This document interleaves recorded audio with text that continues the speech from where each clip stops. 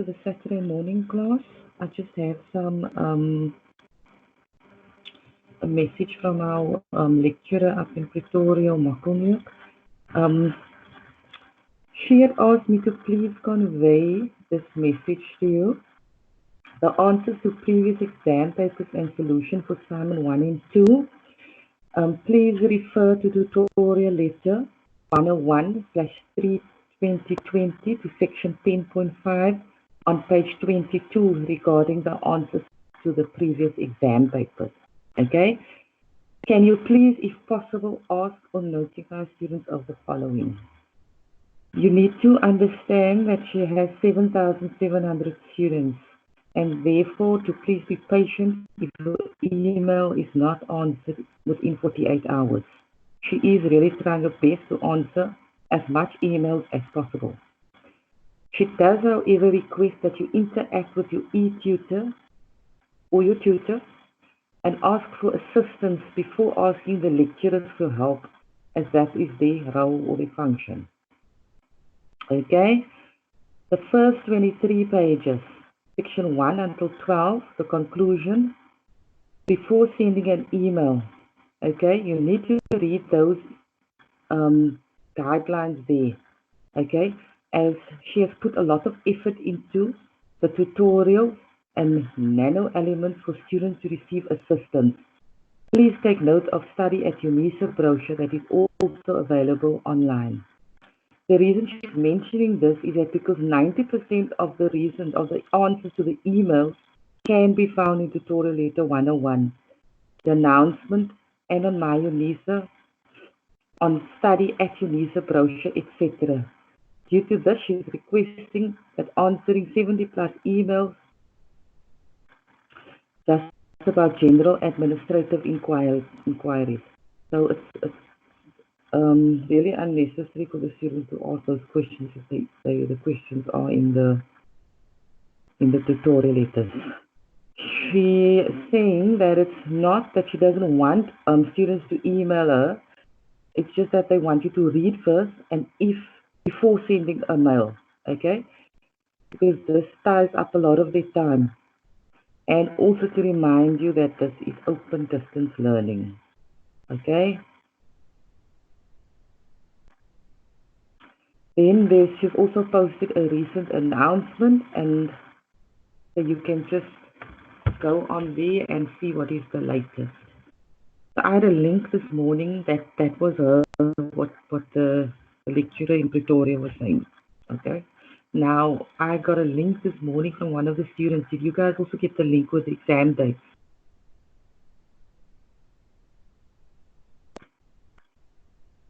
Nobody want to talk to me. No, didn't get a link with the exam page. Okay. Yes, it was on the group. Was it on the group? So somebody posted it on the group, and I think I got mine. Is it the 15th of June, the exam? No, it's on the, yes, on the 15th, let me see. On the 15th, yes. At okay, 3. So at what time? 3 o'clock, 3 in the afternoon. Oh, okay. Yeah, I also got the 15th of June, but for some reason I saw 8 o'clock, but I don't know. Let's just relook at the time again. But so it's now moved from the 4th of June to the 15th of June. So I don't think we need to rush that much, because I think that we can just do this chapter thoroughly and then move on. So we don't have this time element that's chasing us all the time. What do people think about that? So there'd be enough time for exam prep and everything. Nobody wants to talk. That would be a good idea, because I'm ashamed even to say of the marks I got in my assignment. So I think I need to go back and complete on level 1 or level 5 in this case. And the other students, how did their marks go?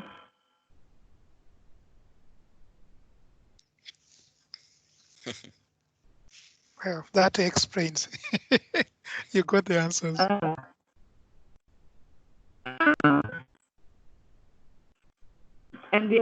everybody good enough. Vincent. Sounds like everybody got 99%.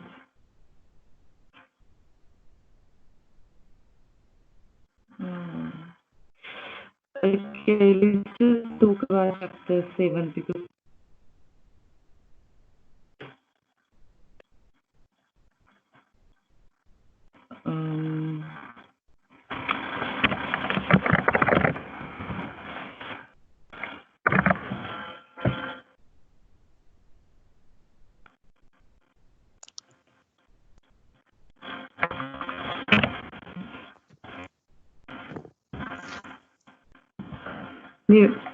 yes, anybody want to say something? I'm just getting this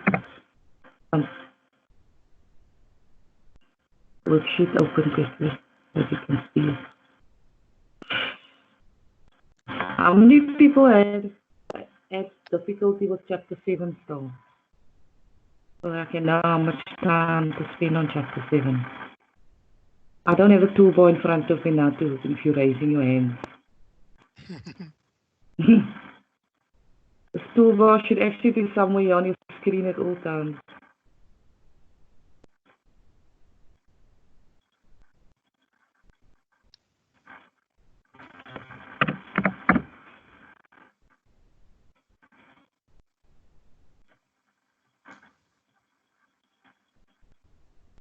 Okay.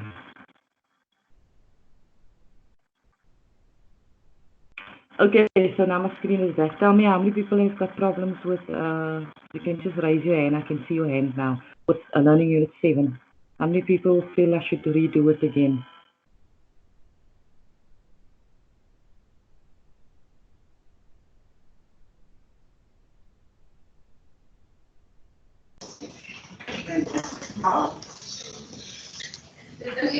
Unit, Susan? Morning. Yes. I think you should be redoing chapter 7, please. Who am I speaking to? Lisa. Oh, okay. No problem. I'll just see. Okay, it's a few hands. Okay, let's just see how far we get with chapter 7 again today. I said that on Saturday, no? on Tuesday, Thursday. And I think there was a gentleman that wrote there, an Ek or somebody. Not sure what his name was. It was probably a lady also. But anyway, he wrote in the chat column on Thursday, and then he said go to bullet 7.2, and that was quite nice what he said, because that discussion, so whenever we do a chapter, maybe whoever feels, just go and refer the people there to that 7.2 bullet number 5, so that then they can make the comparison and the link to the theory. Because the theory you read and read and read, and you still won't understand it, but once you start putting it in practice. Okay? So basically, let me just see if I can just draw a scenario up quickly in my head.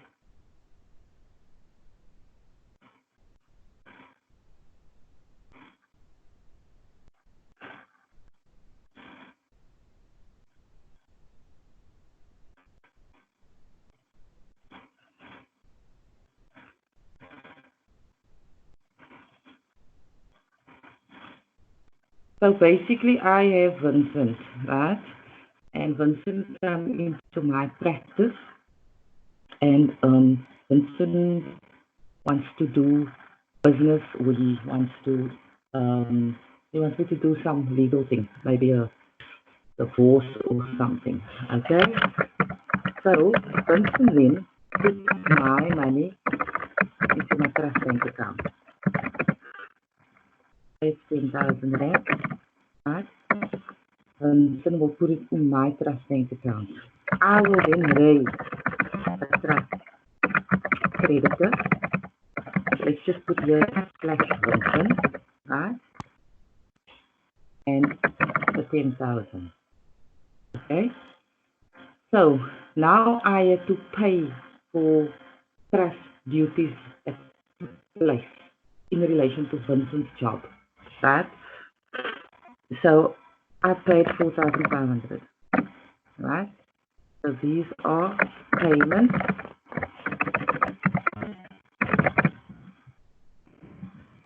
And this was receipts. hope you can all see. Right? So naturally, my contra account is the 4,500 because of payment. Okay. So remember, here's a debit and here's a credit. This is a liability account, right? Bold this, and this is an asset account. So we know on the liability side is going to be a minus B, and it's going to be a plus on the side. Okay.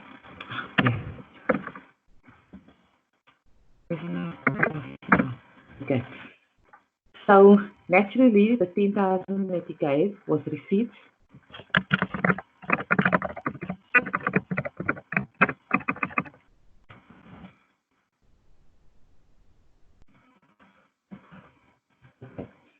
So now, the trust obligations is now sort of met.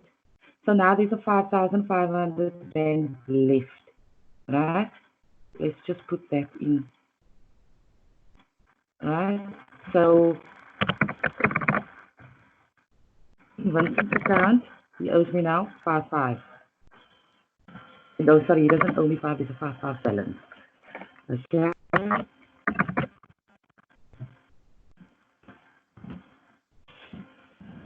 The reason why you won't pay more, if I had to pay a scenario here where the payment was 12,000 rand, it would mean that I stole from Peter to pay Paul. It means that I took maybe Shannon's money to pay Vincent's money for his work to be done, okay? Which is wrong.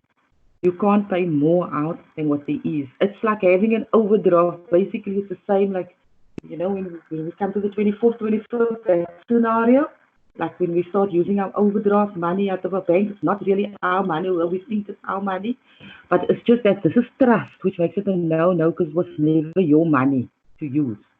Okay, so that's basically the gist of it. So this 5,500 rand. Now let's just look at this client later.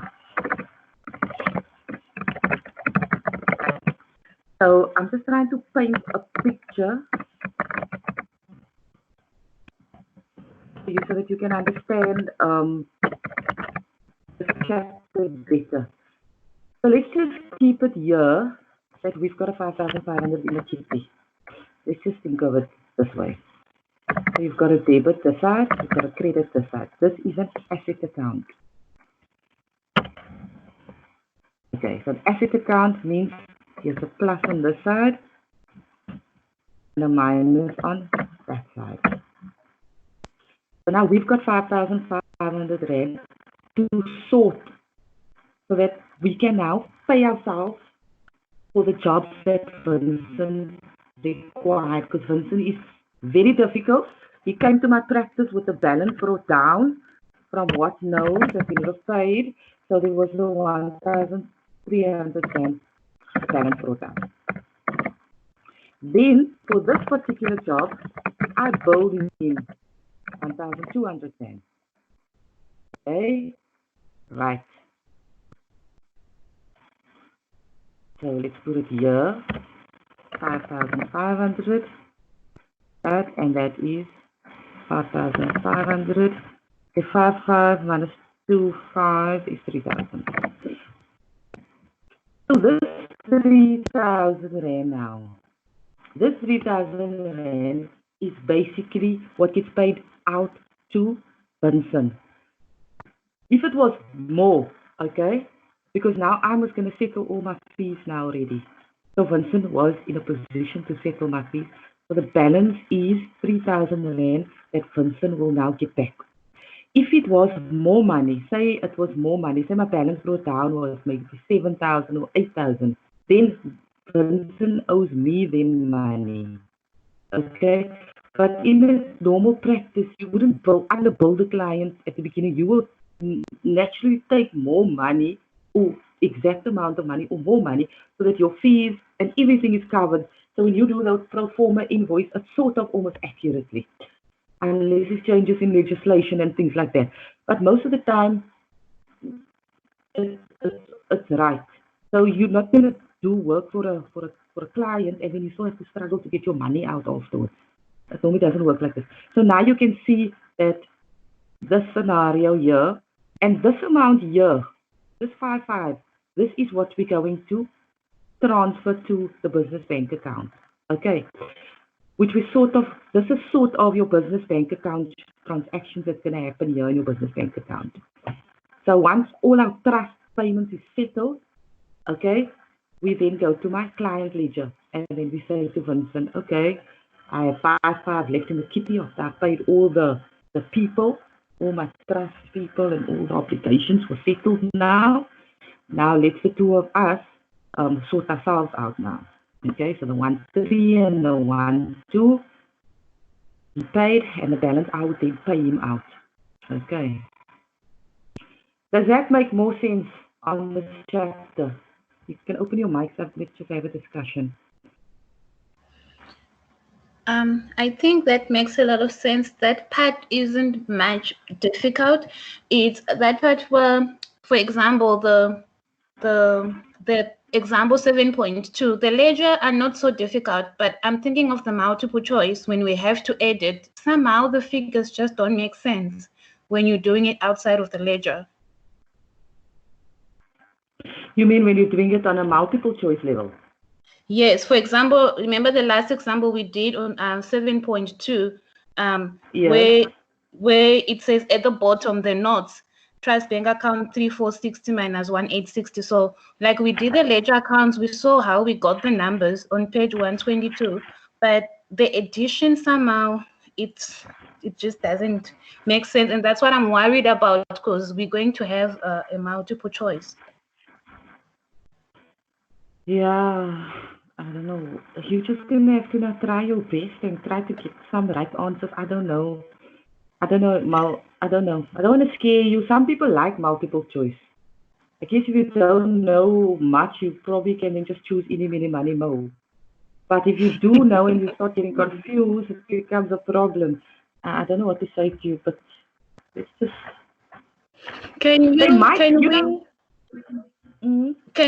After we do the ledgers like this, can we still do it in a narrative way? Because I think that's where I'm getting mixed up. Because I can see the figures even in the study guide, but I don't know. At the bottom, what do you mean in a narrative way? What do you mean in a narrative way? Can you go on page 122, please? On the study guide. Yes.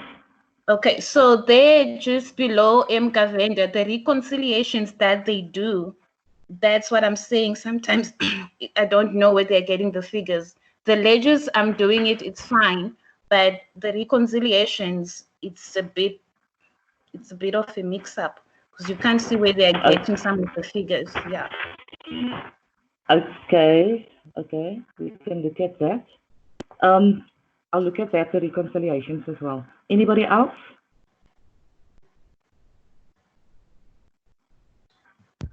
Sorry, Aziza. Yes. Could you re-explain why you would transfer 5,500? I just need to recap that. The 5,500. Yeah. That is the amount that is left, so that we will transfer to the client ledger. Okay. So it's a transfer. So basically, it's left to pay the client, to pay me, the attorney, what Vincent owes me. Because Vincent had a balance of 1-3 and he had fees that he still had to owe me. Remember, at this stage here, we're only paying out the trust money. So after the trust money, there's still 5.5 left that we transfer to the client ledger. So now on the client side, there's still 5.5 that he can pay me my balance that I did a divorce for him, and then the fees that he owed me from a property that he purchased, a new property that he purchased. You get what I'm trying to sketch here. You wouldn't deduct that 3,000 from the 5,500. You not the 3. No, you're gonna deduct the 1-3 and the 1-2. Okay. And that's Aziza, then what is the 4.5 then for? that 4.5 is payment of trust money. So maybe if there's a bond registered and somebody else registers that bond, pays it in, you're going to pay that with via trust money. There was two concepts in the whole thing. The one, money belongs to trust, the business, and the other money is your money, your fees earned. You see, but we settle the trust money first. So maybe he did a divorce or something, had a divorce, or had a property that was purchased or something.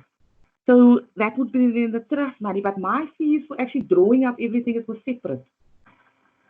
You get me? Does anybody else maybe can explain it better than what I'm explaining it? Is there somebody else in the class that wants to just maybe interact and explain it to the class? But as to why it's 4,500 the payments? I just made it up, eh? Yeah, that's just a normal value that you put in that you'd get from the journals. As the total in the journals, and you would input it into that debit column of the trust creditor, and then the debit column of the trust creditor and the credit column of the trust bank, because that's what you'd usually put in if you're posting it from the journal to the ledgers. It's just the total of the trust cash payments journal and the trust cash receipts journal. Yeah. Are you happy? Or does it still unclear? No, it makes more sense now. Okay. So this is just the gist of this whole chapter. It's about you owe me, I did trust to work for you, right? But it's separate. I can only bill you for my fees, and I can't take trust money, can't go to my business bank account. We go and settle our scores here. By the client ledger, we go and settle our scores here. Who owes who money? So you can see there where we did the first example of Corsi, right? So in Corsi's trust ledger on page 117, when we did it on Thursday, he had 3210 only. But his bill was running at 2,550 from a previous divorce. Then his bill was running at fees, current fees was 1890, and he only got 3210. That's why we could never really pay. Corsi couldn't pay. So Corsi and him had to settle it afterwards. Okay? But yeah, this amount is what we're going to transfer to the business bank account. Okay, this is the money that we're going to transfer out. And when we transfer that money out, we then settle it. Then we take it now to our client ledger. I must say, I think the drawing, no, I think that's what probably confused you. It says if this amount had to be somewhere in the middle already before you go and do the client ledgers, man. Or I think the bottom part having to be there. I think that's what there's something, a small thing in this table that is confusing you. I don't know how you people feel about that. But basically this amount here is what they're saying there in that bottom column, the bottom line of Corsi of the table, transfer to and from the business bank accounts, that's 3210 and the 2250. So this is what they're transferring to the business bank account. So let's just relook at this example again. But the thing is, I think that this is an interactive session. I'm doing it, but the problem is when you must do it, then you have a problem doing it and you get stuck. If you've been class, normally you do it and I've come around and stuff like that. Hi, So, Aziza. Yes. I'm not sure, maybe I'll speak for myself, but maybe others might be facing the same thing. What I'm picking up from my side is that because as law students, everything we have done so far, no matter at what level, we are working with definitions. Everything is clearly defined. So you work like with a sort of a template. But here now, you need to figure out, you need to work out without, you are just given a statement and you need to produce an end result. I think that's what we are struggling with.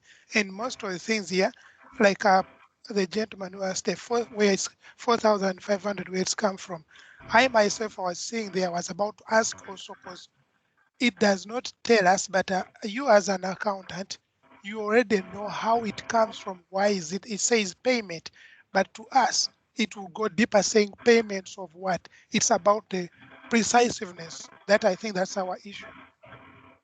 The statement here made halfway, while to us there is no half measures. Everything is defined concisely.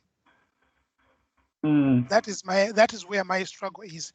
The numbers, like I said, when I look at the answers, I understand. But when I start working out, because it does not correlate with my brains, it does not reason with me, because my structure, the way I've been trained, is quite different. But I need to understand this now. I have to pay attention. Thanks. But when you look at your okay, I should have put in here where it came from, but I was just trying to illustrate an example now. But in your books, you will see always referencing TRCJ, TCRJ or TCPJ, and that's what you will know where it came from. Because in actual fact, this TCPJ would have looked something like this, which would have a maybe bank and maybe client control. It could have something like let me just see something quickly. There would have something like maybe 2,000 and 2,500 here, and then it will maybe have a property transfer and a divorce for client control. Okay, and let's just put here payment details and your family. It's going to be 4,500. Sorry, it's transferred.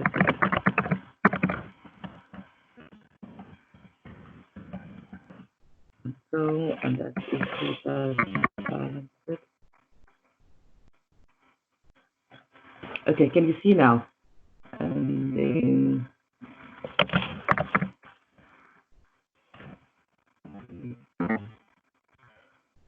the thing with accounting is that you will never be able to see the bigger picture until everything is in on the table. And this is just our curriculum, so it's a limited scope. It's like when I also did accounting, nothing made sense up until when you come here to your fourth year of accounting and you see how tax and auditing, now you start getting the picture of how accounting actually comes together. So it's difficult really getting the big picture. Does this make sense now? Yes, it's a little bit, to me, it's a little bit clear. And the rest of the students? Aziza, I have another question. Yes. So we worked out that we need to transfer 5,500, right? Yes. And the client owes us 2.5, right? So are we transferring 5.5 to the bank account, or are we only transferring like what the client owes us? Because won't there be an excess if we transfer the whole 5.5? Look, I'm transferring the 5.5 to the bank account, of which then I'm going to put in the 2.5, and then the 3,000 is going to be my business bank account. I must just pay him out back, because I can't pay him back out through my trust, really. You're going to pay it back through your trust via your business bank account. I'm going to pay Vincent the 3,000 from my business bank account. Okay. You see, it must doesn't if you can't receive the money through your business bank, you receive it through your trust, but whatever settled then goes off to your business bank account. So that means the opening balance in Vincent's trust account will be the 1.5, right? 5.5 minus 3,000. There will be a balance still there because we only took what he orders, right? No, it will be naught at the next month. His balance will be naught because we have enough money to settle his account. Okay. Okay, you just have to keep practicing. I'll get it. Does everybody understand now what I mean? You see, he had most now 1.3 and 1.2 was his fees. Had his fees been here, as he had a 5,000 here and a 2,000 here, then it wouldn't be enough. Then we can't pay more out. So we've only got a 5 in the client ledger. So then we can only pay 5. So then he has to settle this now as a private client, the 2.5 plus the 5 of 2,000, because there is no money. You understand? To me, it's just like, it just works like that. It's common sense that it would work like that. Why are people so quiet? We're gonna get it. We're going to get it. Just keep practicing. Well, any other problems? Let's just practice. I've noticed that this group of students, they are not really, there's a lot of problems now. It's almost like that, what do you call it? What problems was I get? Motor skill development problems that the kids in sub A have.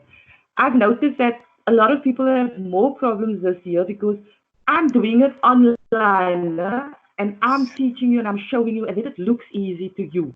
But when you go home and you do it yourself, then I think that you people are struggling because basic things you don't know, you just see, but you don't realize how you actually must do it. Is that the general, am I correct in saying that? Are you struggling? When I'm doing it, it looks easy, but when you people go home, and it's also because of the lack of practicing it actually out on paper. Or am I talking nonsense? We are practicing. I just think the panic is setting in because you know that when you're writing an exam, you will get marks for the format and everything, but now you have to get the precise answer or else you're going to lose marks. I think that's where the panic is coming in. Maybe you get a mark to download the app and 1 mark for putting your name on the paper. Maybe they'll be kind. There's no use panicking about this. I can tell you now already, no? Unisa is not there to disadvantage you. Just think about it. They cannot have 100 people failing. I mean, no, it's not the idea to have 100 people failing. So I think that you need to just relax. I know this is something that happens every year with the legal students. They worried about, and some people just don't go write exams even. I don't know why. And most of my students pass. Really now, honestly, I don't know of many students that fail. It could be maybe 1 or 2 that fail because of family problems. Yes, you want to say something? Okay, it could be family problems or something, but you know, after the exam prep, everybody is so confident. I know right now stuff isn't adding up, and but all you just need to do is, but I can't help you now. I can't guide you on the multiple choice. That's the other thing. And I know that's your worry now, because I myself, I wouldn't want to do an exam with multiple choice, not with accounting, because if you get one thing wrong, then everything is wrong. The other thing that I want to tell you about an exam also, now, I don't know if it's applicable now to you now in this exam, the multiple choice, but I normally say to students, don't try to balance your amounts, because balancing is going to make you fail.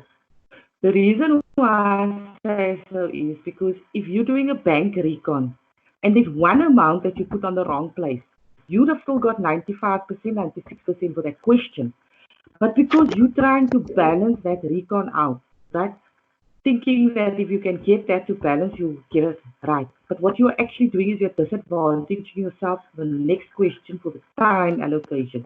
So the next question, you are going to do it and only get 10% of it because of the time. Whereas you could have lost 1 mark for your bank recon, and on your next question, you're going to lose marks. So don't try to balance. If the question says 30 marks, you calculate the time. I think 30 marks times 1.5 or times 2, I think. Okay, so then you calculate the time and you stick to that time. When the time is done per question, you move on. You put that question behind you, you don't go back again unless you're done with all your other questions and there is time left. But it's been proven that you won't get more marks. So don't try to balance. You can actually balance and get north also, because you could be balancing on the wrong side of the ledger. So I'm sure, pretty much sure, you people, you're working hard, you pass. I had a man of 92, you know that old man at the varsity? He passed last year. If a man of 92 can pass, then you can also pass. And I've had a lot of people pass already. I've had dyslexic people in my class that passed. Having to say my brain says left, your brain, you saying right, they have to process the brain on a different level again to understand this. So you will pass. But the multiple choice is a bit of a concern. I don't know how they're going to mark it. So yeah, is that worse now?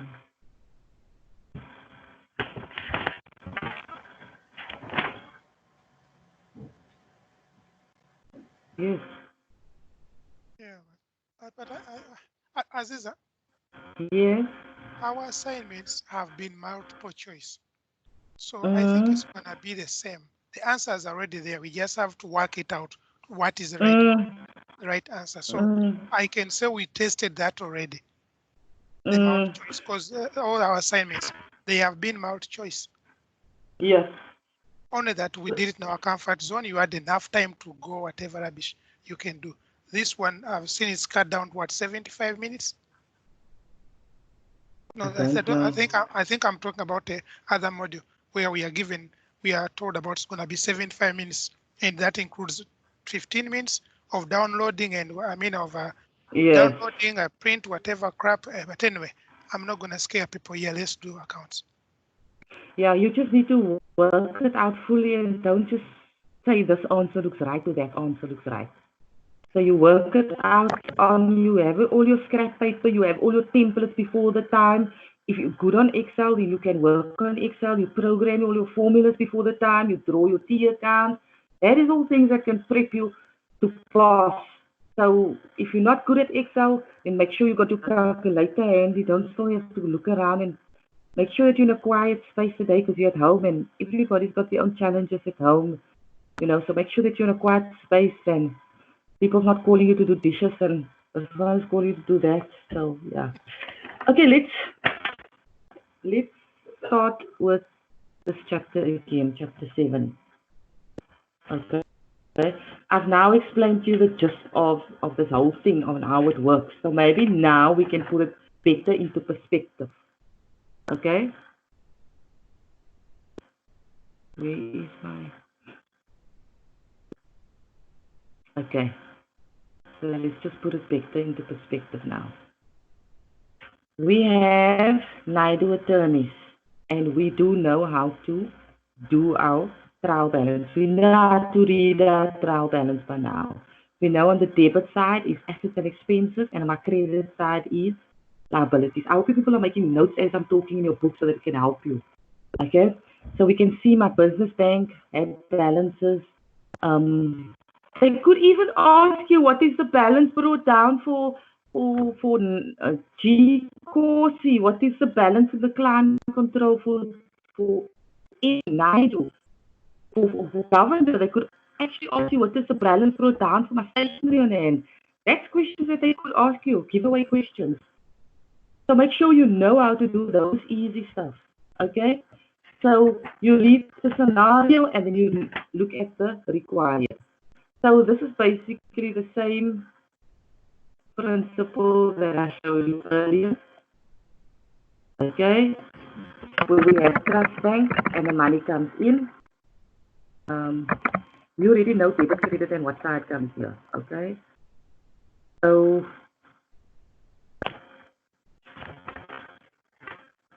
then they want a trust creditor. I say to you, the trust creditors is always a mirror image of the two. I normally do trust bank and trust creditors together first. Then I go and do business bank account.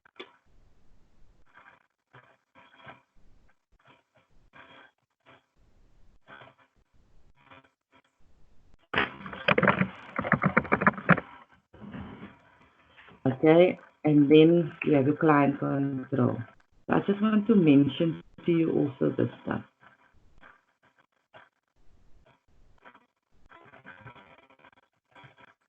So now in my client control account, just remember here. You guys don't even tell me it's not big anymore. You can't see you. Okay, that's better. So my client control, remember, will consist of a lot of client ledgers. And these client ledgers would be people who are in my client control account, right? So in this case, it will consist of 40, it will consist of Medici, and then it will consist of Governor. And all these people here will then equal, let's just make an equal sign, that. So all my clients together will equal this. It is like you have a Markham. If you look at Markham, Markham has a client control or debtors account of 1 million. But the million consists of 20,000 people. That equals 1 million. But each person will have its own separate ledger. So I have an account at Markham's, and Shannon has an account at Markham's. So Shannon's account is going to show for March, she bought Nikes, she bought jeans, she bought packies, and hers come to 1,000 rand. So that 1,000 will contribute to the 1 million rand that's going to be sitting here. You understand? So that is what the client ledger is made out of. The business bank is normally business transactions related to the attorney's own affairs. I can put it that way.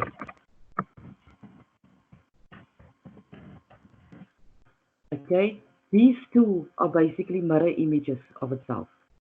What happens here, right, is going to happen here. What happens here, Y, is going to happen here.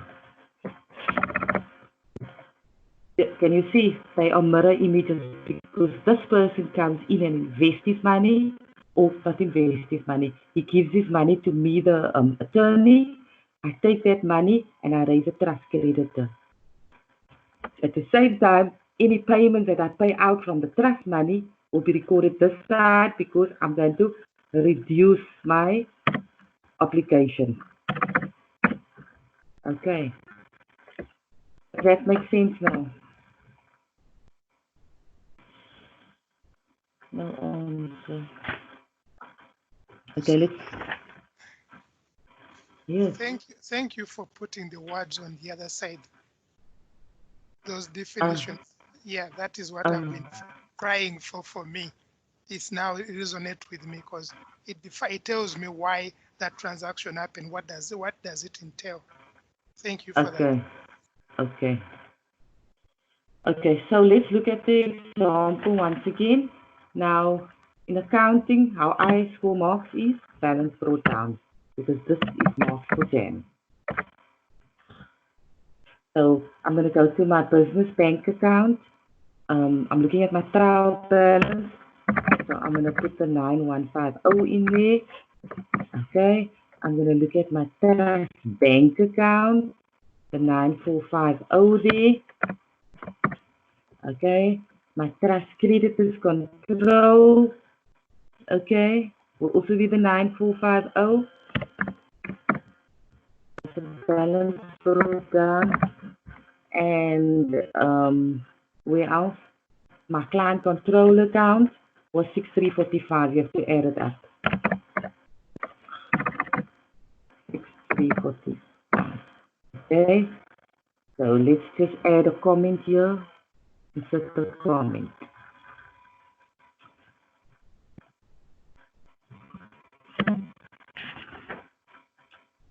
So that was made up of Governor,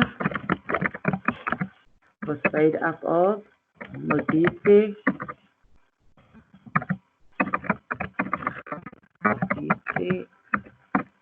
and 40. And those were all the opening balances that it came to. Alrighty. So that's how we got all to this. Normally this is like how you would get your marks, like your half a mark. And it's just copying and pasting. So, like I said, this is very easy. So now my trust bank, I can see in my cash receipts under additional information, they gave me the 18,315 as total receipts. Okay, so I'll put in your total cash receipts, and where I got it from was my trust cash receipts journal. Okay, then my payments, I got it from the additional information, trust cash payments. Okay, and that was 7,305 rand. Remember, this would then be my total cash receipts, right?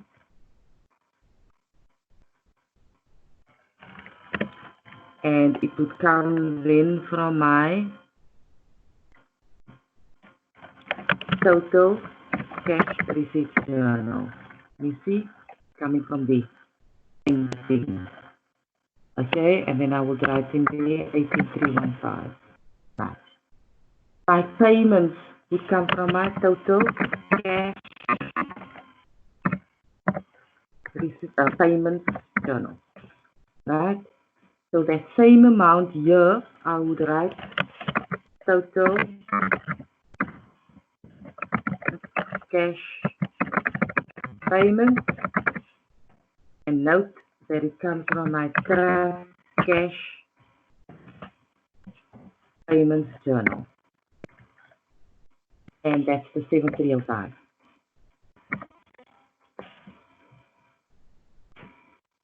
Okay, so I know that many students still don't know how to balance out ledgers. It just won't say it. So when I balance out, right, let's take a purple. 18,315 plus 94. You can see this column is the highest value. So I'm going to take my highest value at 27,765. Right? And I put it there as well. Let me just see if I've got my calculator here.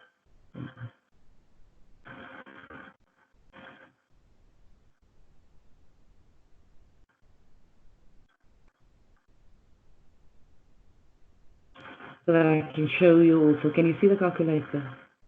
So I'm going to type in 27,765 minus 7305 equals 2460. So that number, I'm going to put in here 2460, and I'm going to call it carry down value, carry down, and brought down.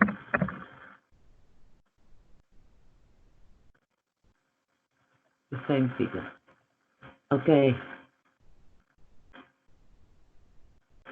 Can you see that? So the same is going to happen on this side. On this side, I'm going to add up, right?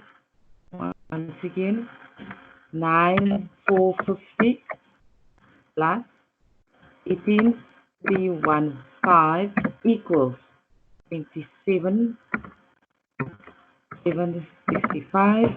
That is the highest value of the two columns, 27,765. And once again, the same amount, 2460. You see, these two columns are the same on the opposite side. That's why I say a stuck in balance, but it will be wrong if you've got this. If you had here trust bank, here trust creditors, it would be wrong. So,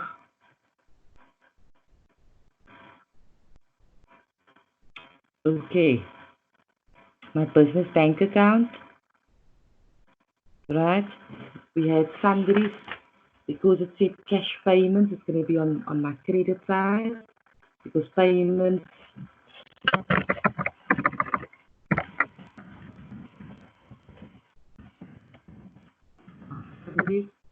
was 8,475.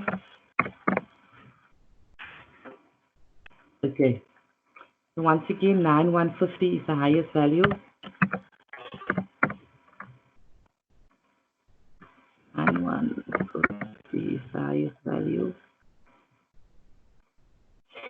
Okay, so I'm going to say once again, 9150 minus 8475 equals 675.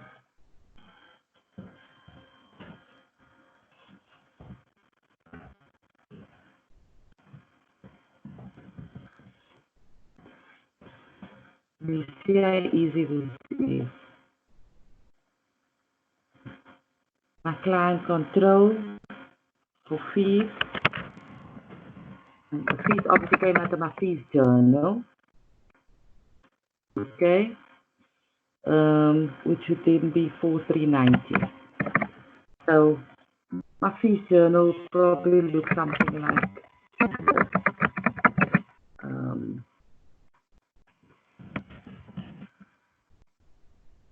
you would have bank, maybe client, contract client, your FAC, and then your details, maybe, and all the other the security stuff. So I could possibly have 2000 here, and I could probably do some coursey. Just skip this VAT portion here, no? You know that in the VAT. So maybe Modisa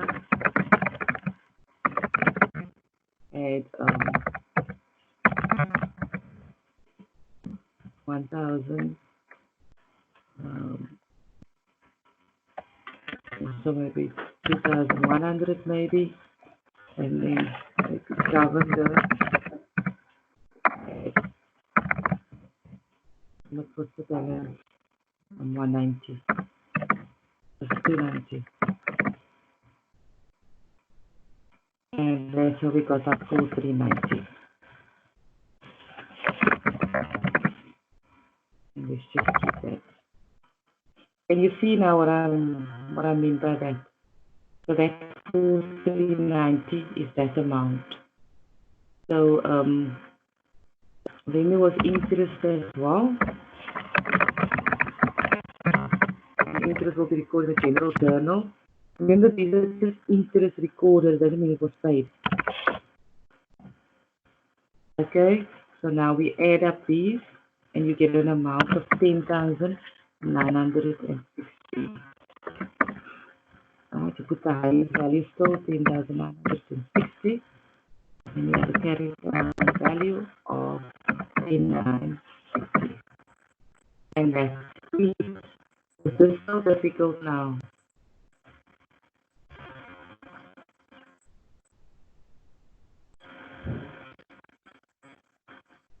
Vincent, Sharon, everybody.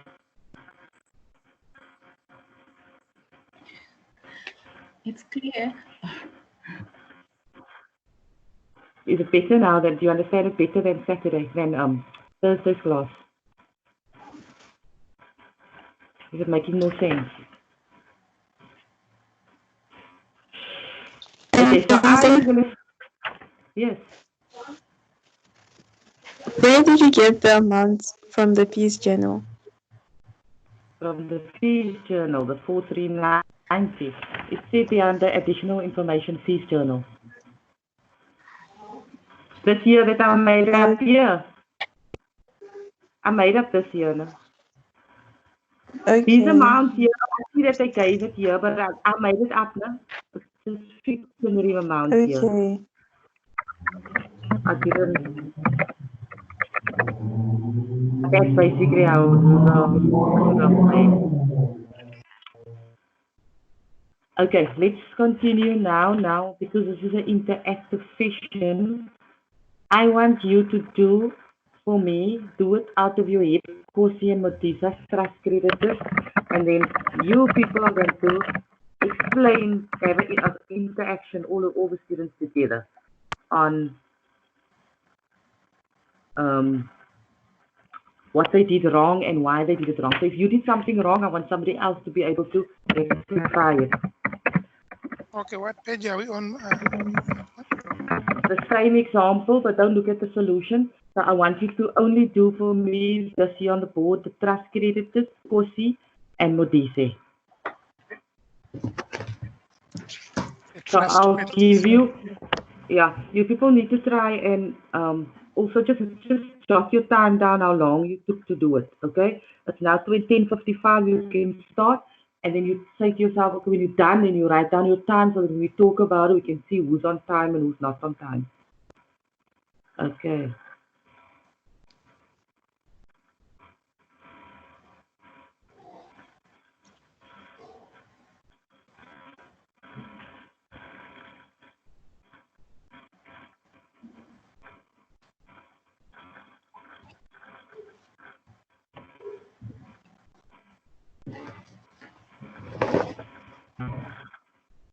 Aziza, can you please make the table smaller so we can see all the figures if we're not using the book?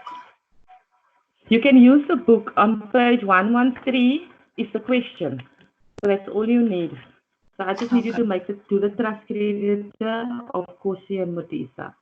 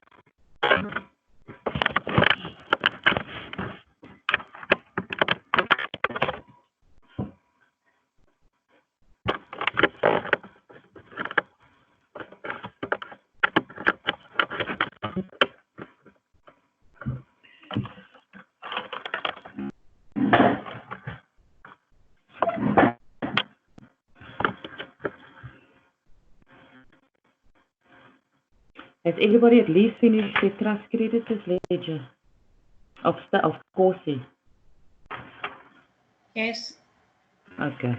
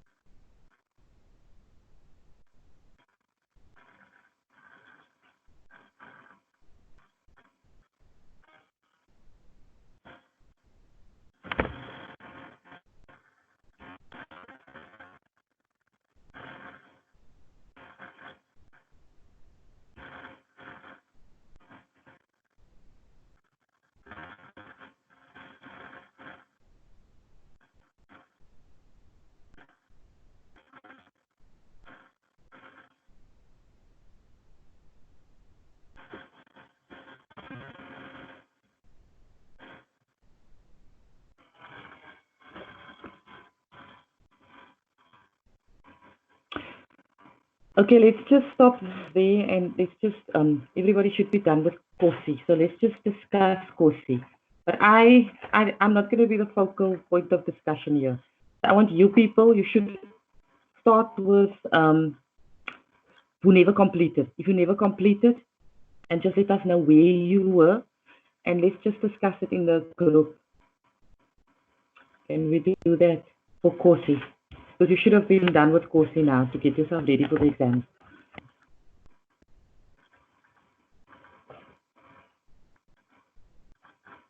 Yes.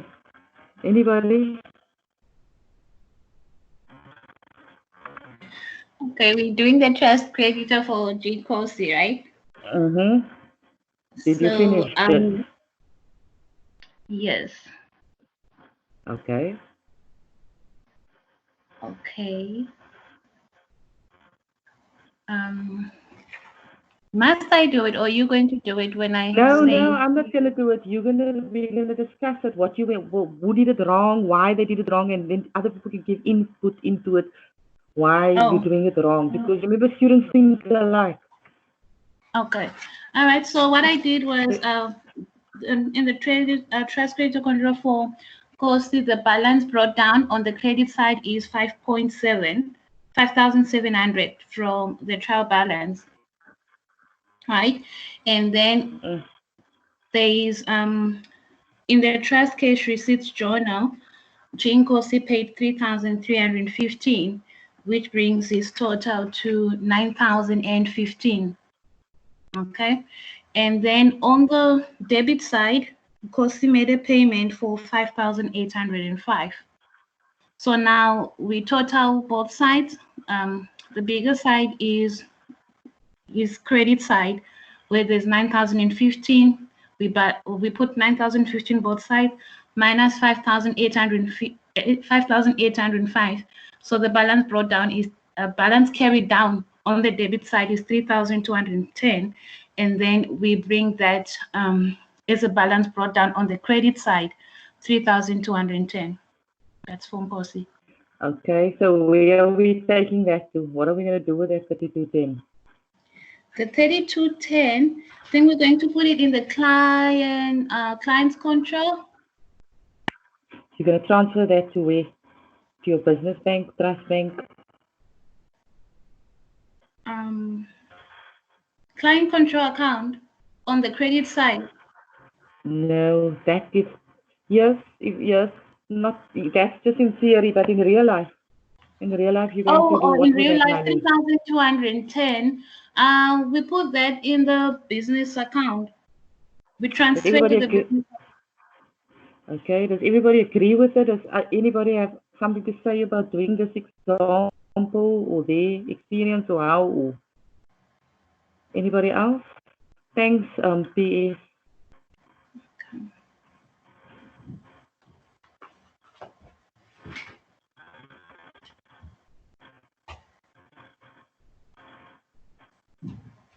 Anybody else? Can I give my 2 cents? Yes, Vincent, you may. Okay, I think I might be off with the figures, but I hope I'm right with the equations. The trust creditors account for Nkosi. I took at the trial balance. Nkosi has a 2,550. I took that. I entered it on the debit side. Oh. I'm off. No. Then okay. So okay, that is right, Vincent. Only if you did it differently do we want to hear from you. So if you did it the same like PS, then don't add the 2 cents. But Vincent, okay, you so can somebody just give us some input as to why Vincent put that too far there and why it's wrong? Then we can come back to Vincent again. All right. Nobody wants to talk to us. Hello. Hi, Aziza. Yes. Okay, I think Vincent took the balances from the client's control instead of the creditor's control. Yes. So explain to him the balance. difference and why he's wrong and not to make that mistake again in the exam. And to all those who made that mistake, because I'm sure there's many others too. On top of the names, there's a heading that says client control, and the other one it says creditor's control. So you must be very careful to differentiate the two, because you still find Nkosi on the other one, you still find Nkosi on the other one. You must just check under which one it's under. What can you advise him to look in your trial balance for the debits and the credits? What can you advise him so he doesn't make that mistake again? Oh, that's where I'm lost. Anybody else want to answer that? Vincent, I would suggest that each time you look at the trial balance, you need to know that when you're looking at client's control, it's what the clients owe. So right? That should be under that credit app, not on the debit side. Look, if your trial balance is okay, you can go. So if you are doing a trust creditors control account, just look at it from the client's perspective. It's his asset account. Like we looking at what, am I right? It's the money that he has in his account. So look at it from the client's perspective. It's his account. It's what's in there. So trust creditors control. It's when you see that, then you must know that's like the asset that the client has. So that's the money that you take. If you're looking at client's control, then you must know that's the money that the client is owing to the business. Does it clarify things? Anybody else want to comment? I can try explain it if you want me to as well. So okay. I think the main confusion there is he's taking it from the fees journal, that 2,500 or wherever you got that 2,500 from. All you got to do is, if you're doing a trust creditor's ledger, like an individual trust creditor, You just take their balance, their individual balance underneath the heading where it says trust creditors control in the trial balance. It's right there in the actual trial balance itself. So you don't have to confuse yourself with that. Wherever trust seeds, trust cash payments, trust creditors control, you take the amount straight from there and copy and paste that so you don't get confused. And if you're doing a client account, you take the balance from the client controls account of the individual clients, and then you'd use your fees journal amounts in that actual client account, because the trust creditors and the client control is completely different, but the balances come together. Okay, thanks. Yes.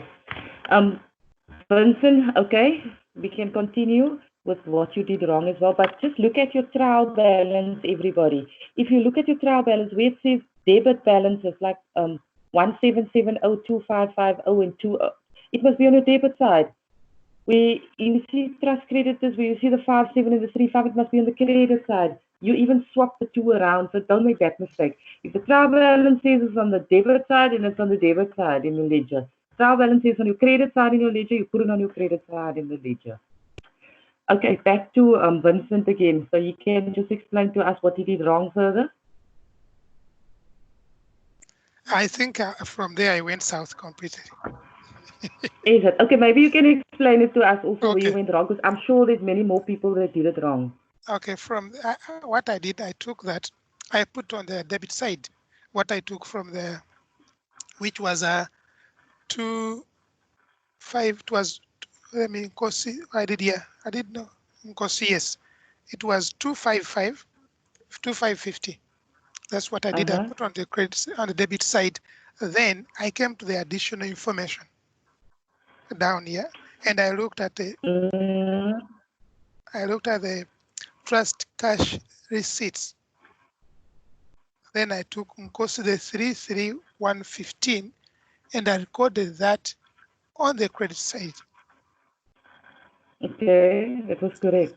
And then I came to the cash payment, still under the additional information. Nkosi has the 5805. That one, I brought that. Also, I put it under the same on the credit side. Then I added up that. I think that's where a problem is, because now on the debit side, I only have that which I recorded, which is a 255. And when I added that up, I came down with the total here, which I brought the balance down the bigger side to the smaller one. Did you put your debit side, that 2550, did you put it on the debit side of your trust creditors account? Yes. You see, now a trust creditors account, and don't make that mistake in the future, is a liability account. So the balance brought down will always be on your credit side. It won't be. Trust creditors don't have debit balances. That means to say that you actually paid out more money than you were supposed to. You're stealing, basically, from Peter to pay Paul. So you don't have that type of thing.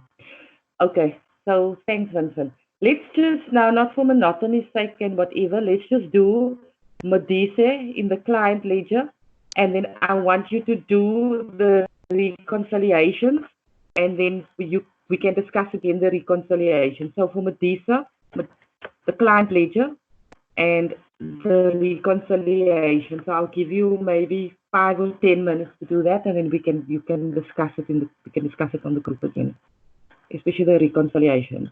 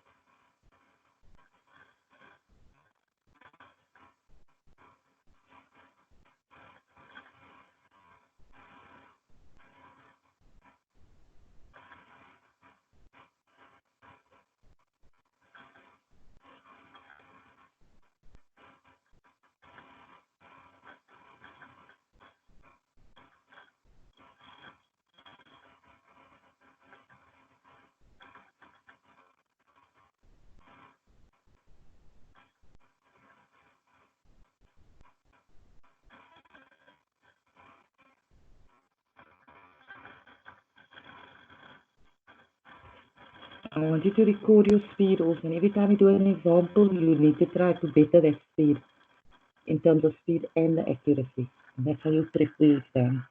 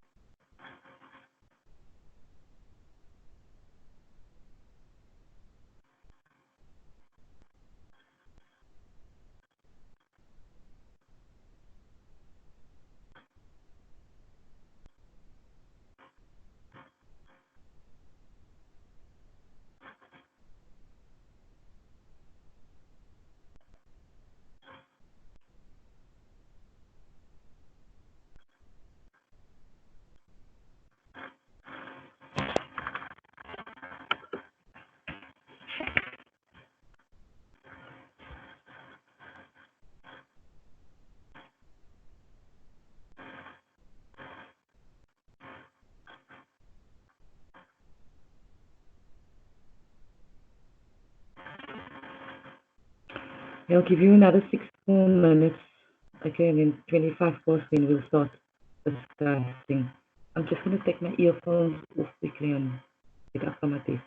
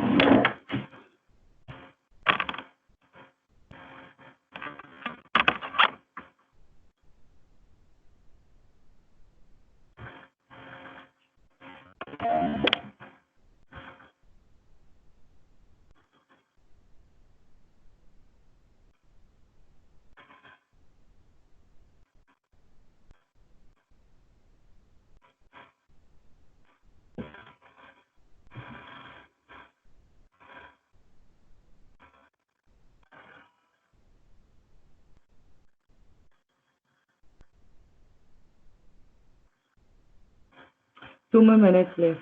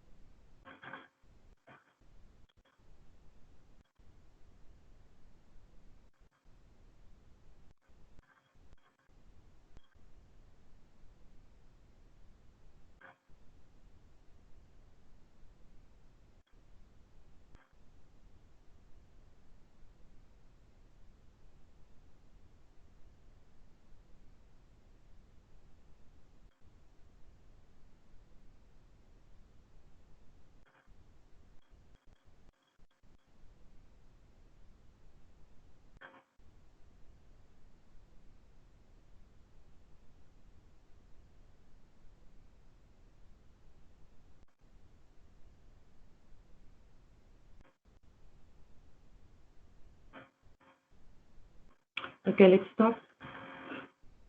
And then let's discuss it. I hope everybody put the student number in the chat group, the chat message section. And then somebody I read now, somebody came late in and I don't think anybody responded to her on what page we were. I'm so sure she knows by now. Let's discuss Madisa. Somebody other than PS. Maybe CL or YO or NB or PP. Somebody else other than the regulars.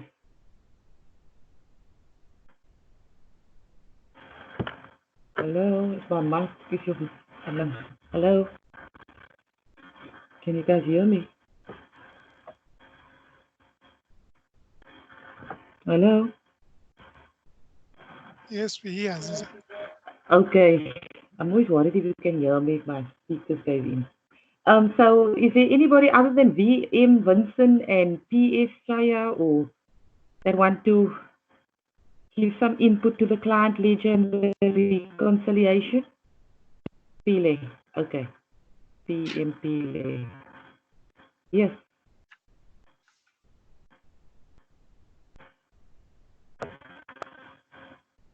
You have to unmute your mic.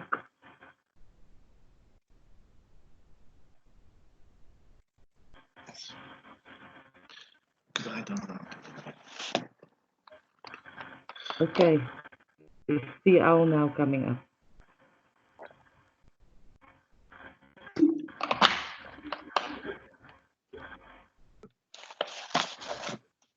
Aziza, I think I came out there by mistake. I am struggling big time with this thing, so I'm not even going to explain it because I myself am struggling with it.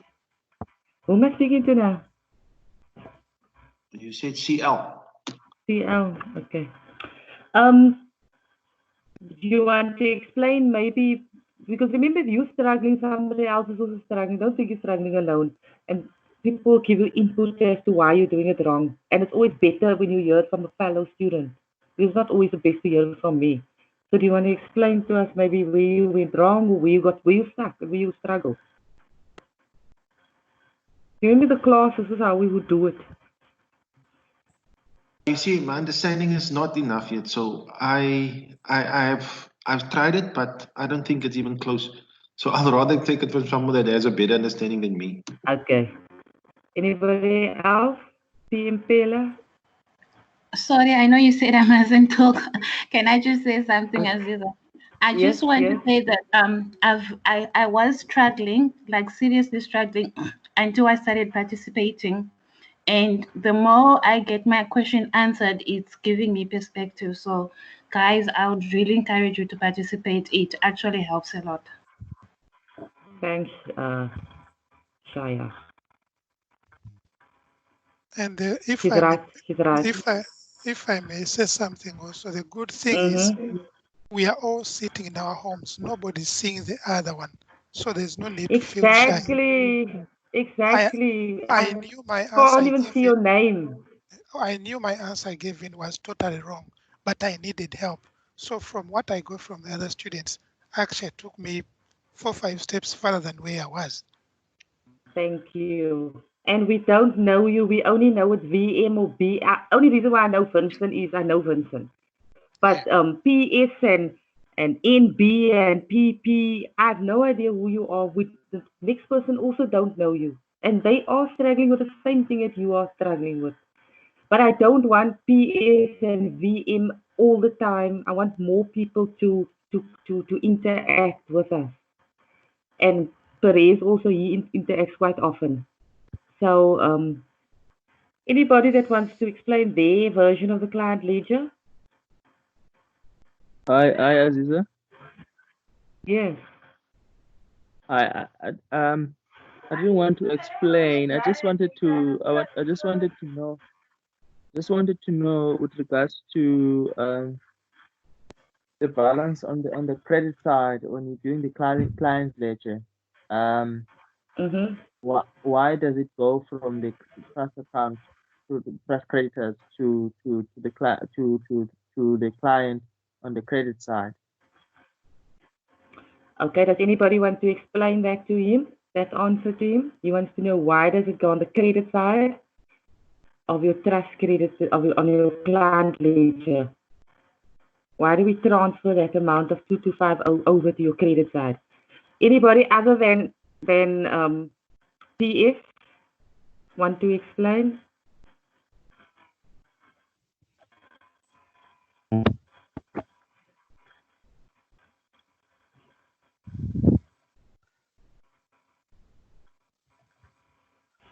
Anybody? Okay, nobody wants to explain. It's like I explained earlier with that example of Vincent. We're taking that over because that is the amount of money after I settled all my payments, my obligations. So now I'm sitting with a 2250 in my hand, right? A NIDO attorneys are sitting with 2250 in their hand. So now NIDO's attorneys have to settle obligations and the debts with Modisa, or Modisa has to then settle the obligations from that 2250. So Modisa could have had an old divorce case of 2025. He could have bought new property after he remarried and fell in love with somebody, but he has to pay that from the 2250. And clearly in this example, you can see there's not enough money in the account. So they then have to settle it from the as a private client now. Okay. So that's the reason why the 2250 is there. Anybody else want to comment? Abida, you quiet? Is everybody's mic working? Have you tested your mic? Because I know some people's mic don't work. Hi, Aziza. Yes. Can I say something? Yes, you may.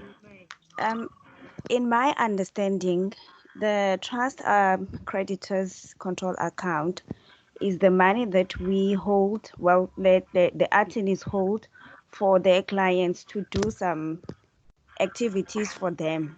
That is why it's sitting in the trust creditors control account. And then when we move to the client's control account, now we don't regard the client as a creditor anymore, but as a normal debtor to us. So whatever that is left or that is owing in the creditors, trust creditors control, it has to be settled by the said client from the debtors control account. It's more like now the client is owing us, and whatever that the client is owing has to be settled by the client. I'm not sure whether that makes sense to everyone. Yes, that's very good explanation. Okay, let's move on to the so basically everybody got Modise right. You've got the answer on page 117. So who did not get it right? And why did you not get it right? As long as you know why. Remember, we're all learning here. I'm also learning. We're all learning. We're all in the process of becoming smart. So we must share our knowledge. So who did not get Modise right, and who and why? Or should I assume that everybody else got it right? Who didn't even attempt it? How many people did not attempt it? You can just put up your hand there on the icon. Okay, so everybody attempted it. Okay, so yes, Vincent. I know you put me in timeout, but bear with me, please. In the naughty corner. Yes, Aziza, my struggle is I have got all the information. The other student, what she explained, thank you so much. I've got all the amounts, I picked them up properly, but I recorded them not in the right spaces. That is the issue I'm struggling with. But I've gathered all the information that I need. Exactly the other way it's explained. The concept I seem to understand half of it, but I'm putting the when it comes to allocate my amounts, what goes where is where the issue I think right now is. But from what I've seen, when I've checked now on the feedback, I've got all the amount. Everything was correct, but I allocated it the wrong way. Oh, you mean on the wrong side? Are you putting Yes. the stuff on the wrong? Everything. Okay, so if you put it on the wrong side, then you're clearly not understanding that concept, that very first lesson that we did, where assets increase. You need to maybe review that lesson again. So remember, a client ledger is an asset account. That's the first thing you do in the exam. What am I busy with? A client ledger. What type of account is it? An asset account. What must happen? Debit side increase, credit side decrease. That's how you start your whole thing. Next, I'm busy with a trust creditor account. What type of account? Liability. Remember, there's an obligation. I decrease my obligations on my debit side, increase on my credit side. That's how you need to do it so that you don't make those silly mistakes in the exam. Okay, let's move on to the reconciliations. So let's talk about the reconciliation. PS, do you want to come on, or PP, Perez?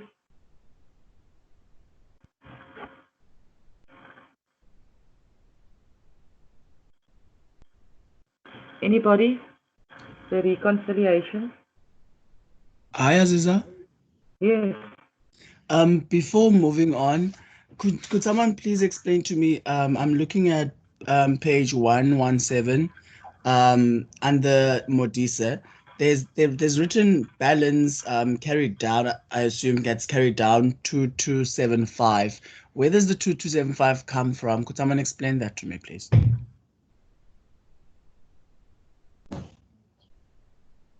Anybody?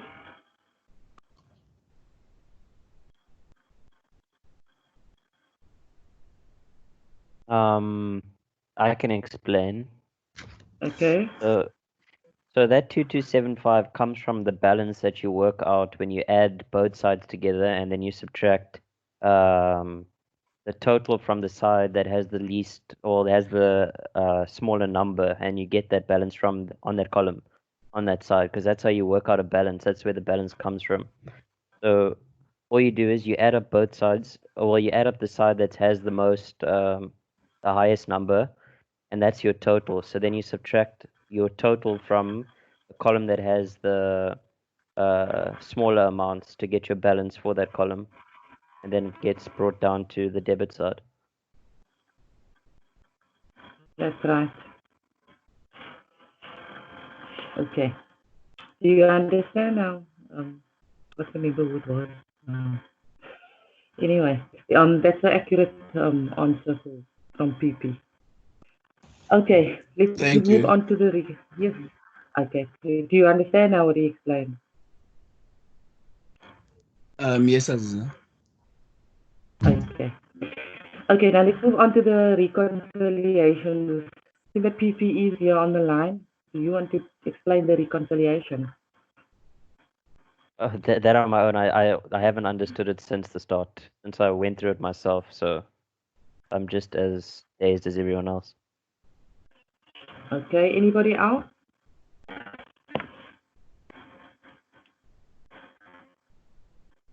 Okay, what is basically a reconciliation? A reconciliation is basically when you take two sets of records and you check that figures are in agreement with each other. So it's almost like you match them up. So you will match your trust bank with your trust creditors account, your client control, your client account, individual client account. Okay. So in this case, if you look at the solution on page 117, to reconcile it, right, you're going to take your trust bank, your balance brought down from your trust bank account, right, of the 20,465, right? And then you're going to take off the amount that you're transferring to your business bank account, okay? Now note there, because why you're going to do it with Alstein is because Alstein, we did not transfer anything to or from the business bank account. So in my trust creditors, the only person that we're going to reconcile now with is Stein, because we did reconcile with Kosi and Jay Modise. You with me? Because of, if you look at the question, Kosi and Modise, they did transfers to the bank account, right? So we reduced my trust bank carried down balance from the amount that was carried down. And then if you reconcile it with your trust creditors account, okay, it's Alstein. Alstein, we didn't do no transfers.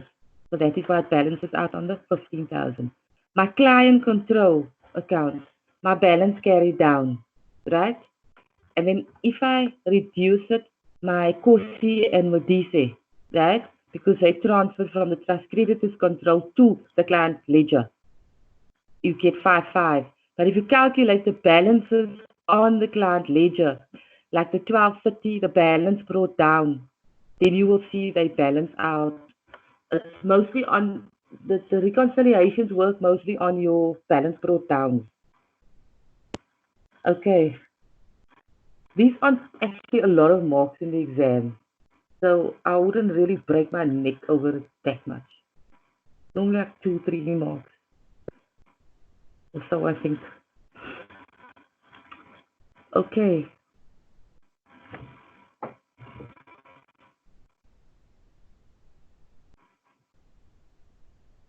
Anybody else? Anything else? Sorry, Aziza. Yes. So that 5,460 is all the balances of the trust creditors accounts for each trust creditor put together, added all together. Yes. Okay. Yes. Understand. Okay. Anybody Makes else?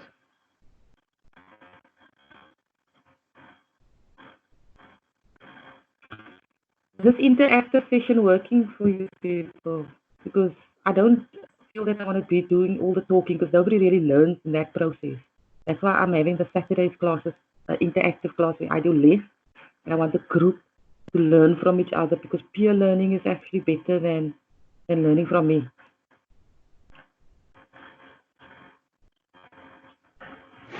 Aziza? Yes, sir.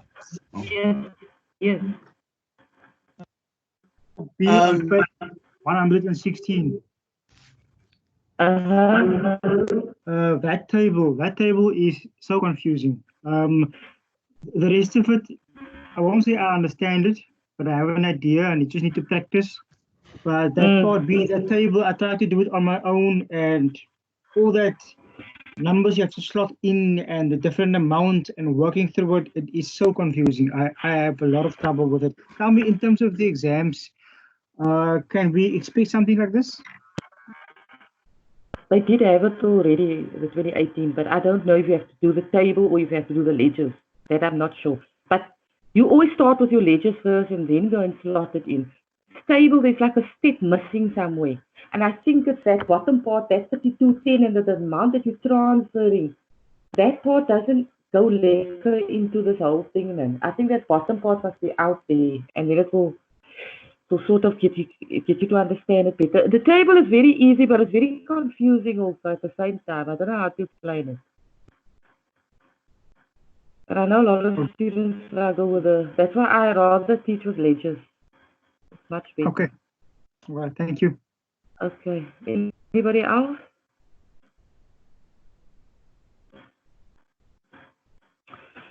Okay, so we still got 15 minutes left. let's look at the next example. And that's the same one with the additional information on 7.2. So all I want you to do now for me is you're going to do Modise. And I want you to do it in 7 or 8 minutes or 5 minutes. Okay, so I want you to do Modise in the trust creditors account, trust creditors ledger, and then I want you to do Modise in the client's ledger as well. And then we can discuss it. I'll give you 5, 10 minutes for both. 10 or 15 minutes for both.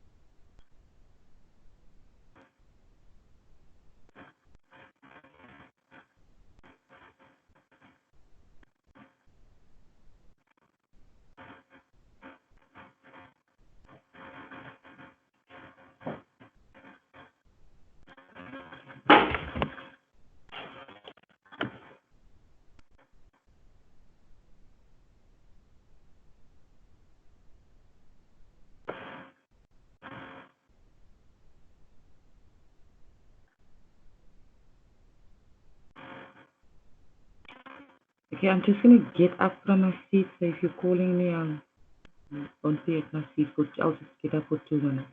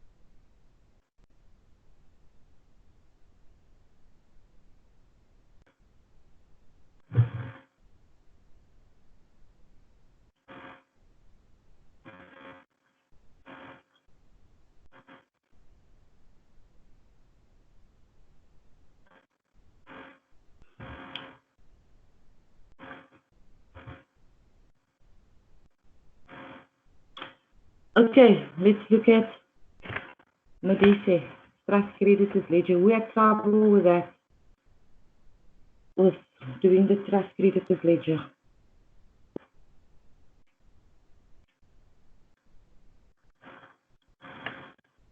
Everybody aced it.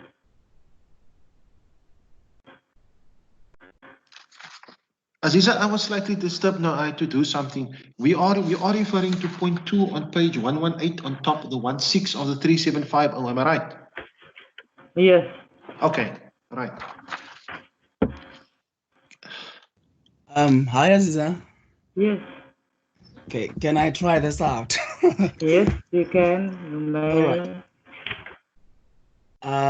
So I created thus far two accounts. I mean, yeah, two journals: the trust account and the trust creditors account.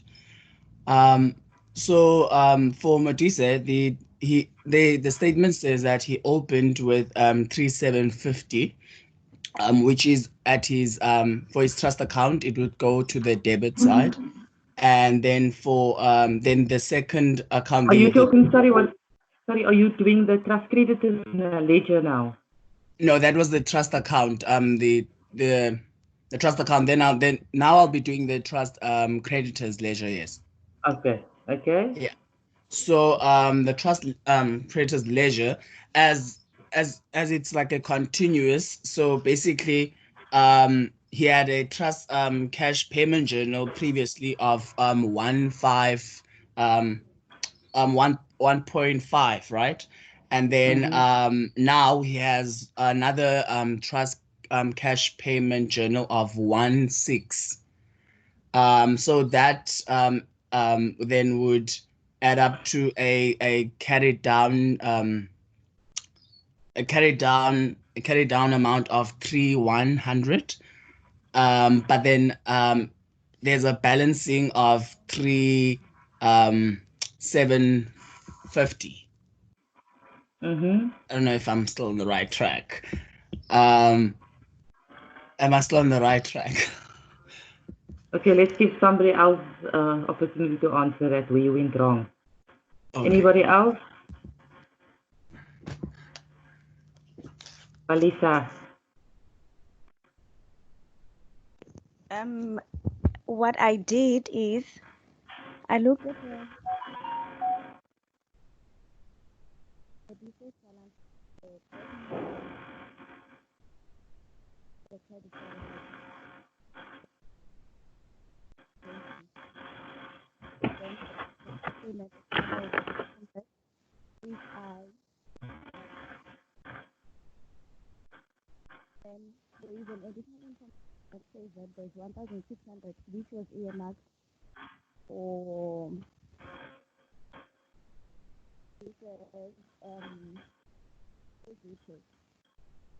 so I realized that at the beginning of May we should have an opening balance of 1,600. Was to take the 3,250 and I deducted the 1,500 which is from the trust cash payment journal, and then I deducted the 1.6 because it's going to be our opening balance in the following month because that money is earmarked. We cannot use it for anything else. And then I had a difference of 650 rand. So on my debit side, I have 650, which will go to the account, and then I have the balance. That's basically how I did it. Okay, thanks, Balisa.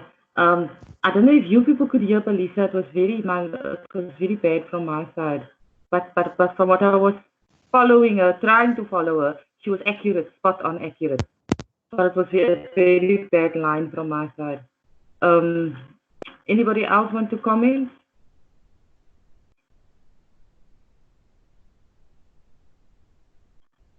Nobody else.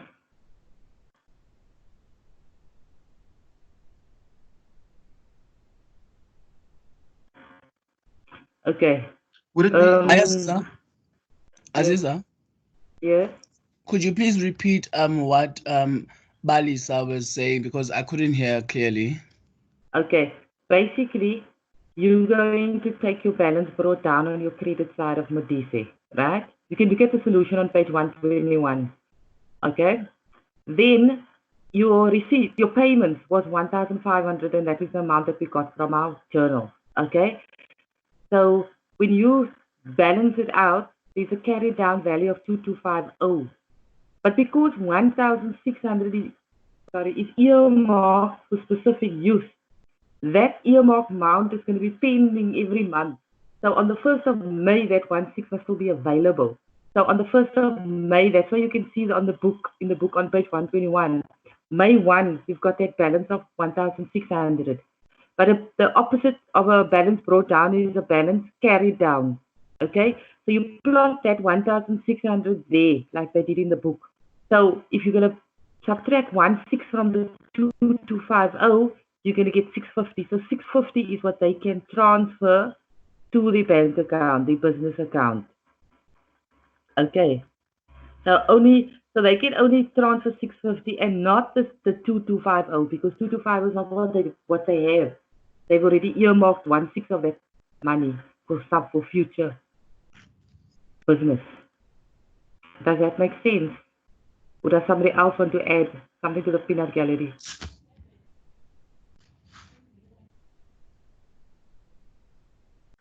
Amy, does that make sense? Not yet. Anybody else want to add something, say something? Yeah, Aziza. What? Yes. What is confusing me? It says 1,600 of 3,750. I think that transaction is a bit confusing when you have to record it on the journal. You see, what they're saying there is that out of that, they owed 3,750, right? The whole transaction was, or the whole balance was probably 3,750. But out of that 3,750, 1/6 was still outstanding, or was earmarked. 1/6 was earmarked for you. It's like when you purchase a property, man. You earmark maybe something for your rates or your taxes. So the rates and taxes must be payable like over a year's period. It's just that you have to make arrangements to pay it monthly, but rates and taxes must be paid yearly. So it could be that rates and taxes is earmarked for something in that whole transfer. And the rates and tax you must pay last in the whole process of transferring. Oh, okay. I'm a lawyer, so I don't know these things. But that's how I see it. That's how I see it. So the 1,600 is earmarked out of the 3,750. The 3,750 most possibly consisted of your rates and your taxes, 1/6, your bond transfer, your SARS fees, your transfer duties, everything came to 3,700. So they've obviously paid it as every month, or not every month, during the whole stage of the conveyancing or whatever. So 1/6 was still had to be kept aside for the rates and taxes. I think you can think of it like that, then it makes more sense. So the next month, 1/6 will be your balance brought down, because that 1/6 is pending all the time. Does that make a little bit more sense? Yes, it does. Okay, anybody else?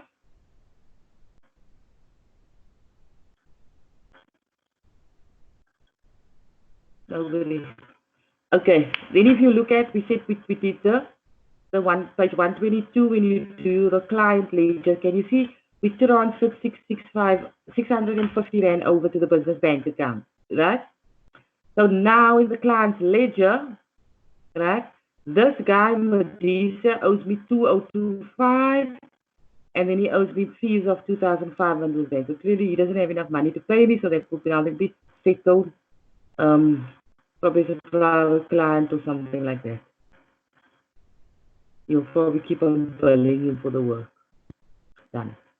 If you look at your reconciliations, once again, you should see. So, where's the reconciliation? Okay, I'll give you 2 minutes or 5 minutes just to do that reconciliations, and then we can discuss it.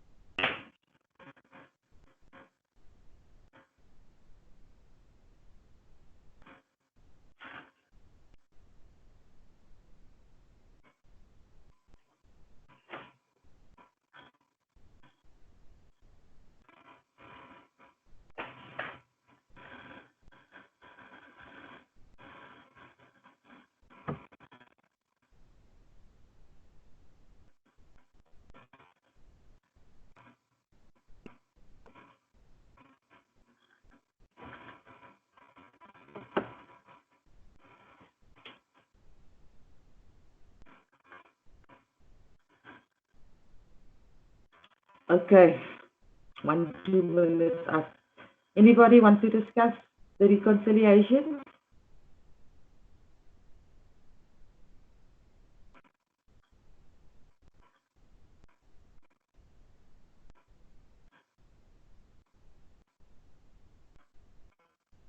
Nobody?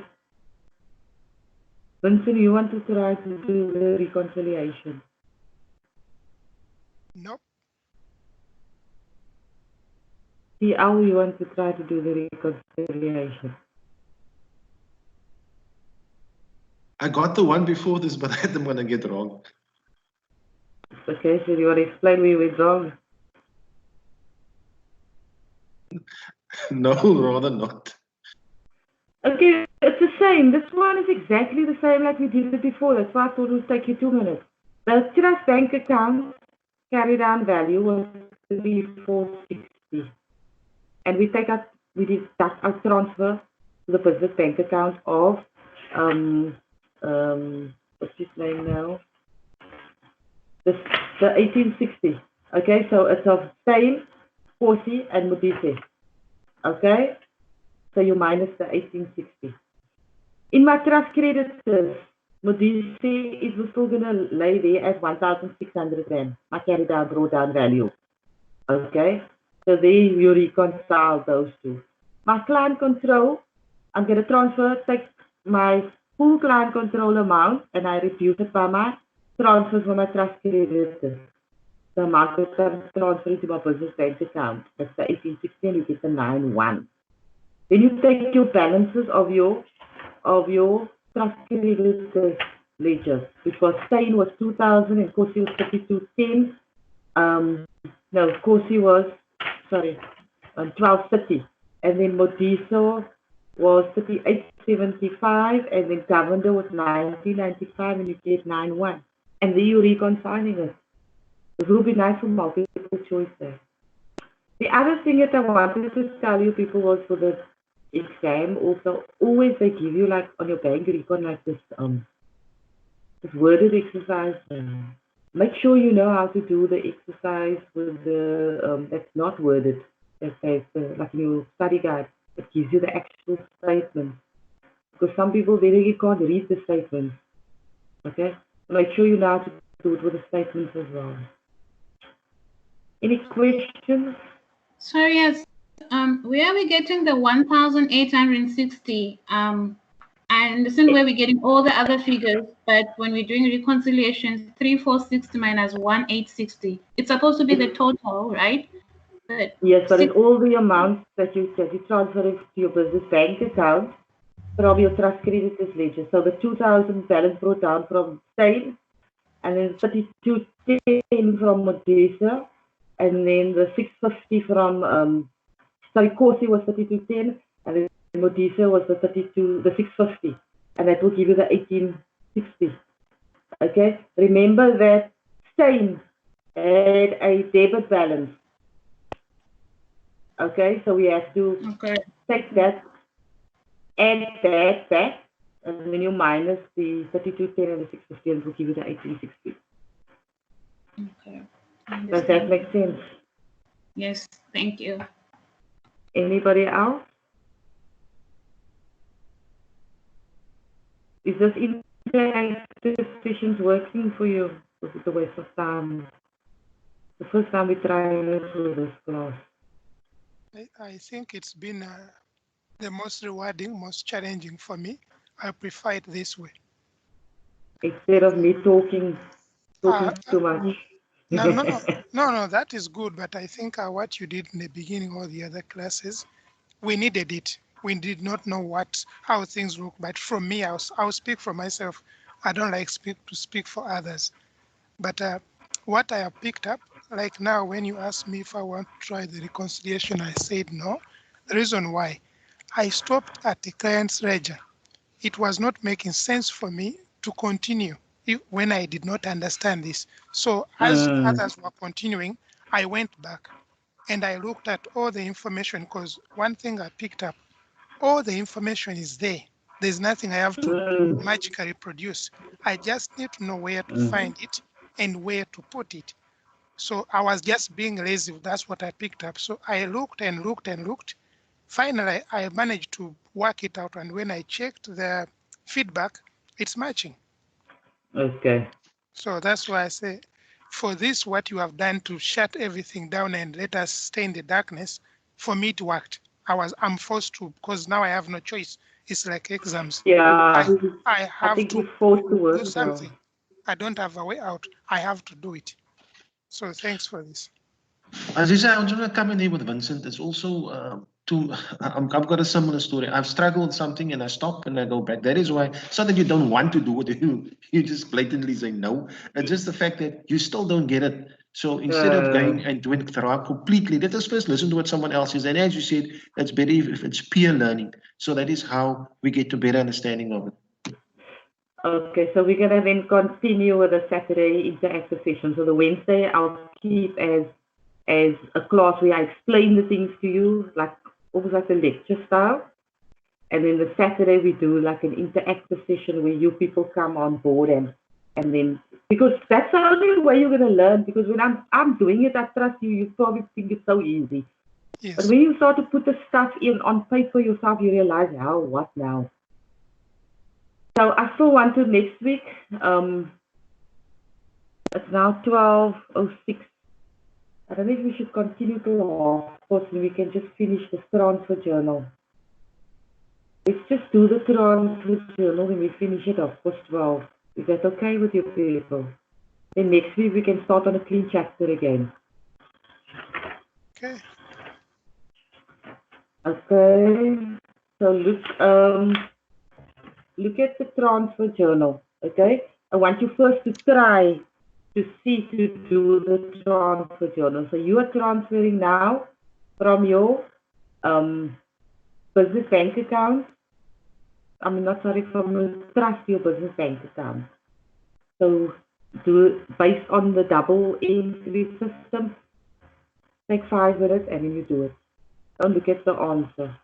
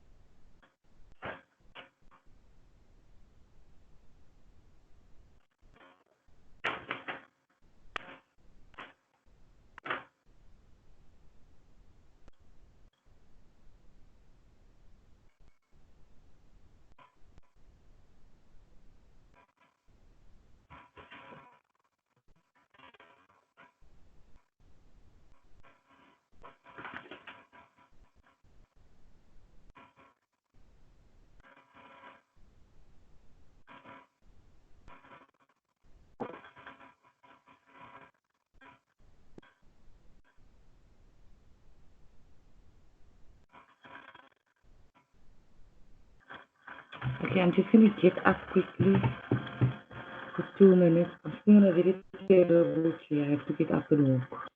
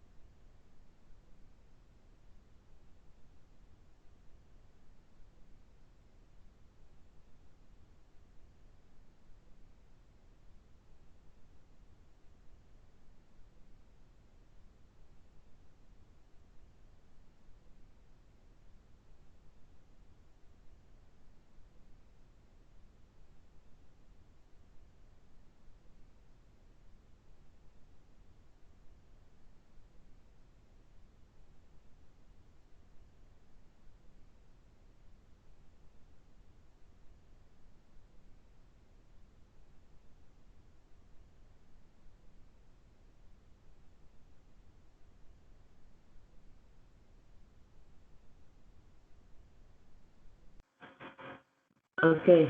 Anybody struggle with the transfer? Vincent, PP, Shannon?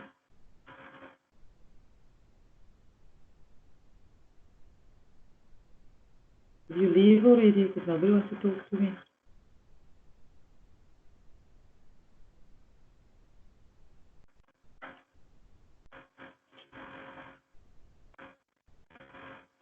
How many people completed this transfer?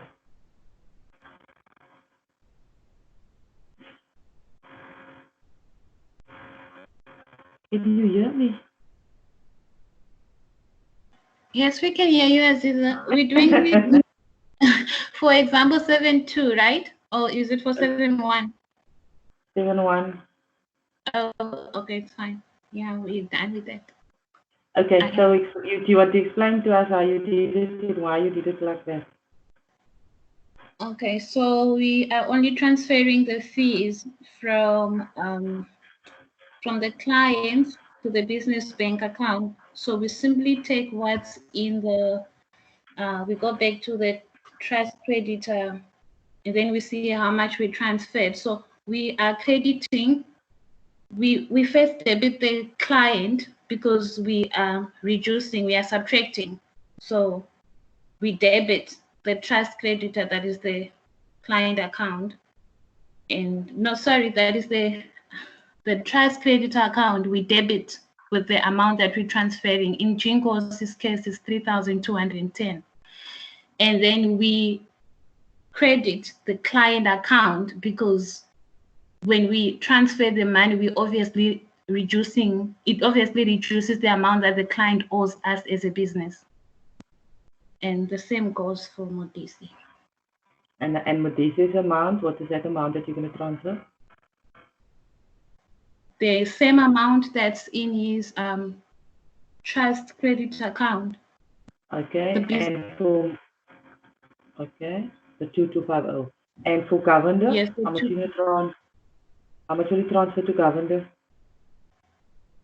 I didn't do Governor, I only did Nkosi and Modisi, and I did example 7.2. Did anybody do Governor?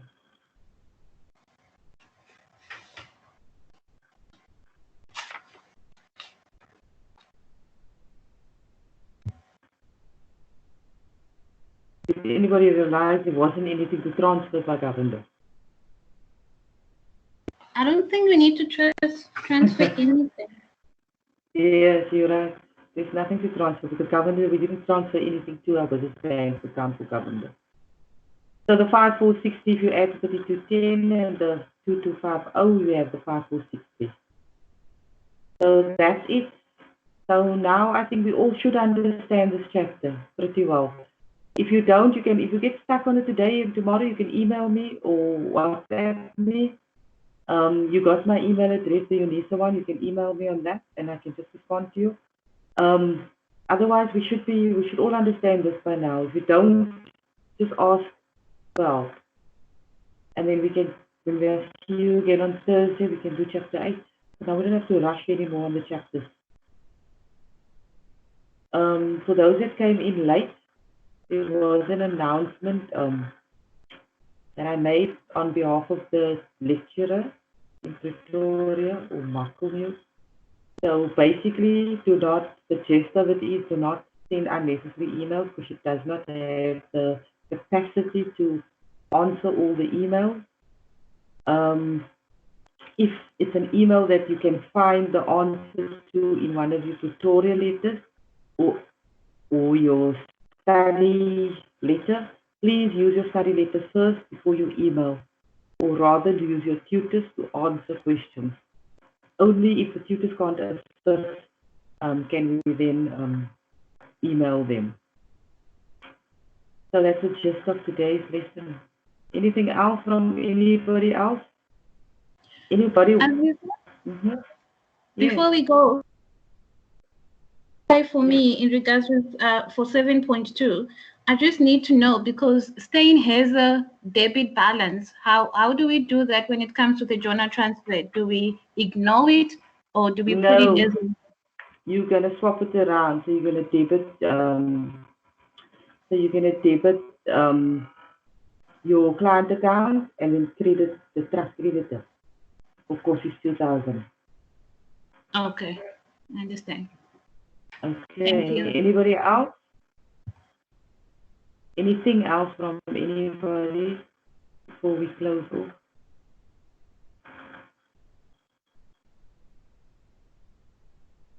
Okay, so let's call it a day, and thank you for joining us.